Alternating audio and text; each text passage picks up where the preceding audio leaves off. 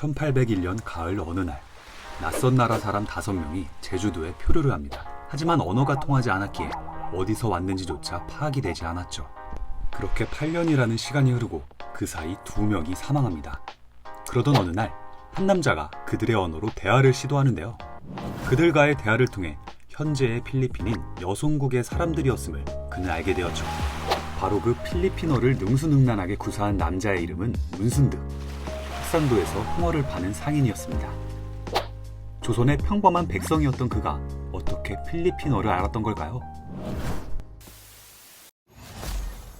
7년 전, 홍어를 사서 흑산도로 돌아가는 길, 문순득의 배는 폭풍우를 맞아 표류하게 됩니다. 강풍으로 인해 도중 펼 수가 없어 방향을 잡을 수도 없었는데요. 결국 한 달이 지나 그의 배는 현재의 오키나와 부근 아마미호섬 류쿠국에 도착하게 됩니다. 이 당시 류쿠국과 조선의 표류민 송환 체계는 무조건 중국을 통해서만 이루어졌는데, 이는 일종의 국제조약과 같은 것이었습니다. 그리하여 중국으로 가는 조공선이 출발하는 시기가 올 때까지 류쿠에서 생활하였는데요. 이 사이 문순득은 류쿠국의 언어를 빠르게 습득하였으며 그들의 장례 문화나 생활 문화를 유심히 관찰하였습니다. 태어나 조선에서만 살았기에 다른 나라의 문화는 아주 새롭게 다가왔을 겁니다. 그리고 같은 해 10월, 중국으로 향하는 조공선에 몸을 싣게 되는데요. 하지만 또다시 폭풍우를 맞이한 문순득.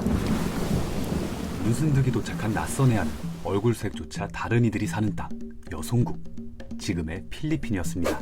여송이라는 나라는 문순득이 듣지도 보지도 못한 나라였습니다. 한자 문화권이 아닌 여송국은 조선 후기까지 거의 교류가 없었던 것인데요. 문순득이 상륙한 곳은 필리핀 북부 일루코스 지방의 도시 비간. 16세기부터 스페인의 식민 지배를 받았던 비간은 건축 양식부터 서양과 중국의 다양한 문화 요소들이 반영되어 있는 독특한 곳이었습니다.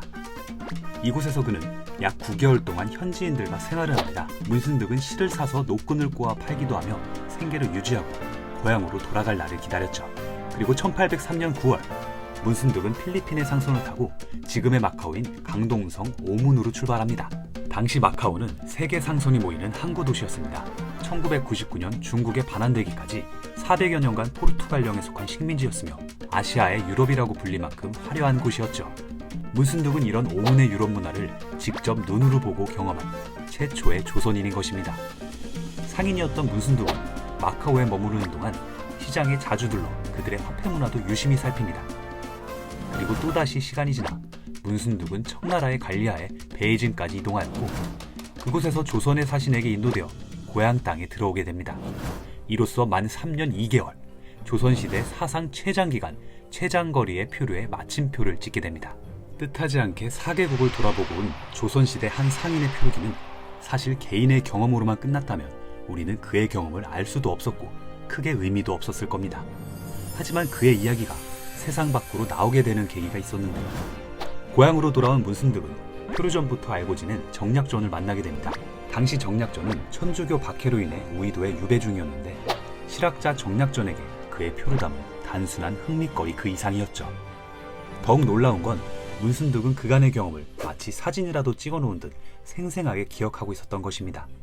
정약전은 그의 경험담을 실학자답게 날짜별, 나라별, 주제별로 구분해서 깔끔하게 정리하였고, 류쿠와 여송에서 배운 외국어들의 한글 해석까지 기록하였습니다. 그렇게 표류의 처음부터 끝까지라는 뜻의 표의 시말이 완성된 것입니다. 표의 시말의 역사적 가치는 상당합니다.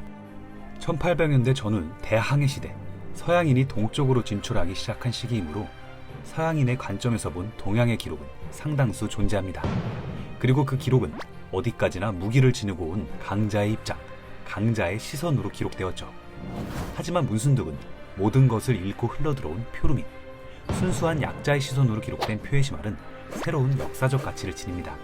또한 표의 시말은 타국의 언어를 한글로 표기하기도 했는데요. 참고로 표의 시말에 한글로 적힌 류쿠국의 언어는 실제로 현재 오키나와 방언과 일치합니다. 그의 관찰력은 여기서 끝나지 않았습니다. 상인이었던 그는 마카오에서 본 화폐를 유심히 관찰하였고, 정약전의 동생인 정약용에게 상세히 이야기해 주었는데요. 이는 정약용이 경세유표에서 문순득의 경험을 인용하며 새로운 화폐제도인 구부환법을 제시하기도 합니다. 구부환법이란 상평통보라는 한 가지 동전만 있는 조선의 화폐를 금전, 은전, 동전 이렇게 세 가지로 나누어 유통하자는 것이죠. 또한 뱃사람이 그는 표류하면서 타국의 배에 큰 관심을 가졌는데요. 이것 또한 정약용의 제자인 이광회의 손을 통해 우리나라 최초의 외국 선박에 관한 논문인 운곡신설이 탄생하였습니다. 이처럼 문순득의 표류담은 조선 후기 실학자들에 의해 새롭게 태어났습니다. 하지만 이런 혁신적인 개혁안들은 실제로 시행되지는 못했는데요. 당시 조선의 성리학자들은 사문난적을 금한다는 명분 아래 새로운 사상과 변화에 대해 배타적인 태도를 유지했습니다. 그들에게 있어 실학자들의 새로운 개혁안들은 그저 기득권의 방해물일 뿐이었죠. 그렇게 조선의 구구는 점점 기울어가고 있었습니다. 뜻하지 않게 여러 나라를 표류하면서 다양한 경험을 한 문순득. 그의 경험이 비록 조선을 변화시키는 촉발제가 되진 못했지만 조선 후기 의미 있는 발자취였습니다.